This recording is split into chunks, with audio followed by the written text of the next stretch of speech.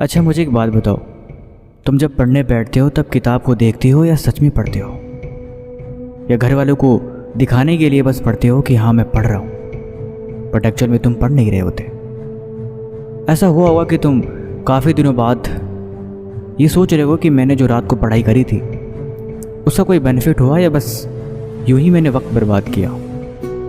पढ़ाई का best timing क्या है, पढ़ते कैसे हैं, पढ़ाई में मन कैसे लगाते हैं। ऐसा कोई तरीका मिल जाए जिससे मैं सारी किताबों को एक बार में रट लूं, बार बार पढ़ने की ज़रूरत न पड़े। कभी एक सवाल दिमाग में आया है कि तुम पढ़ते हो किस लिए? अगर ऑब्वियस सी बात है, कुछ सीखने के लिए। कितना अच्छा होता ना अगर बिना पढ़े हमें सब कुछ दिमाग में भर जाता। एग्ज़ाम हॉल में बैठ के बिना रुके 2-2.5 घंटे के पेपर के बीच में मैं पहले पेपर ख़त्म कर देता, मुझे ज़्यादा सोचने की ज़रूरत ही नहीं पड़ती।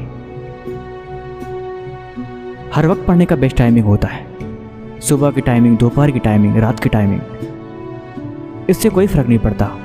अगर तुम्हारे अंदर आग लगी है, तुम्हें कुछ सीखने की चुल मची है, तो तुम कभी भी बैठ के पढ़ो, वो चीज़ तुम्हें समझ में आएगी। कभी भी तुम सीखने के लिए बैठो, तुम्हें वो चीज़ समझ में आएगी। कुछ हद तक ये बातें ठीक है कि सुबह में तुम्हारा दिमाग ज़्यादा एक्टिव होता है, रात के टाइम जब अक्सर सब माहौल शांत होता है, तुम्हें कोई डिस्टर्ब नहीं करता, तो तुम अच्छे से कंसंट्रेट कर पाते हो। लेकिन कुछ सीखने के लिए, पढ़ने के लिए, एक्चुअल में नॉलेज लेने के लिए हर एक टाइम, हर एक जगह बेस्ट होती है।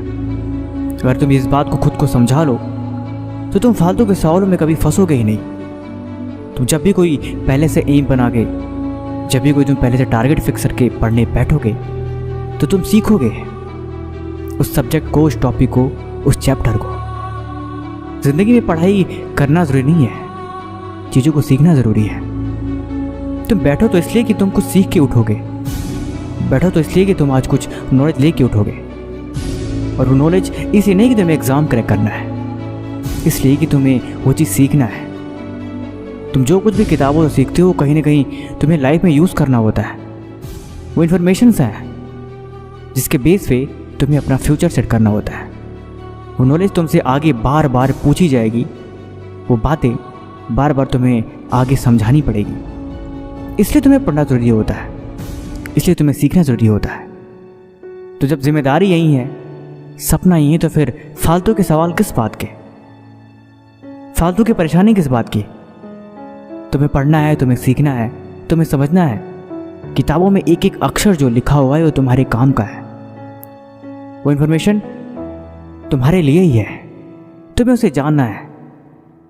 कभी कभी तुम्हें लगेगा कि ये तो बेकार है यार, क्या सिरदर्दी है ये, छोड़ क्यों नहीं देता मैं।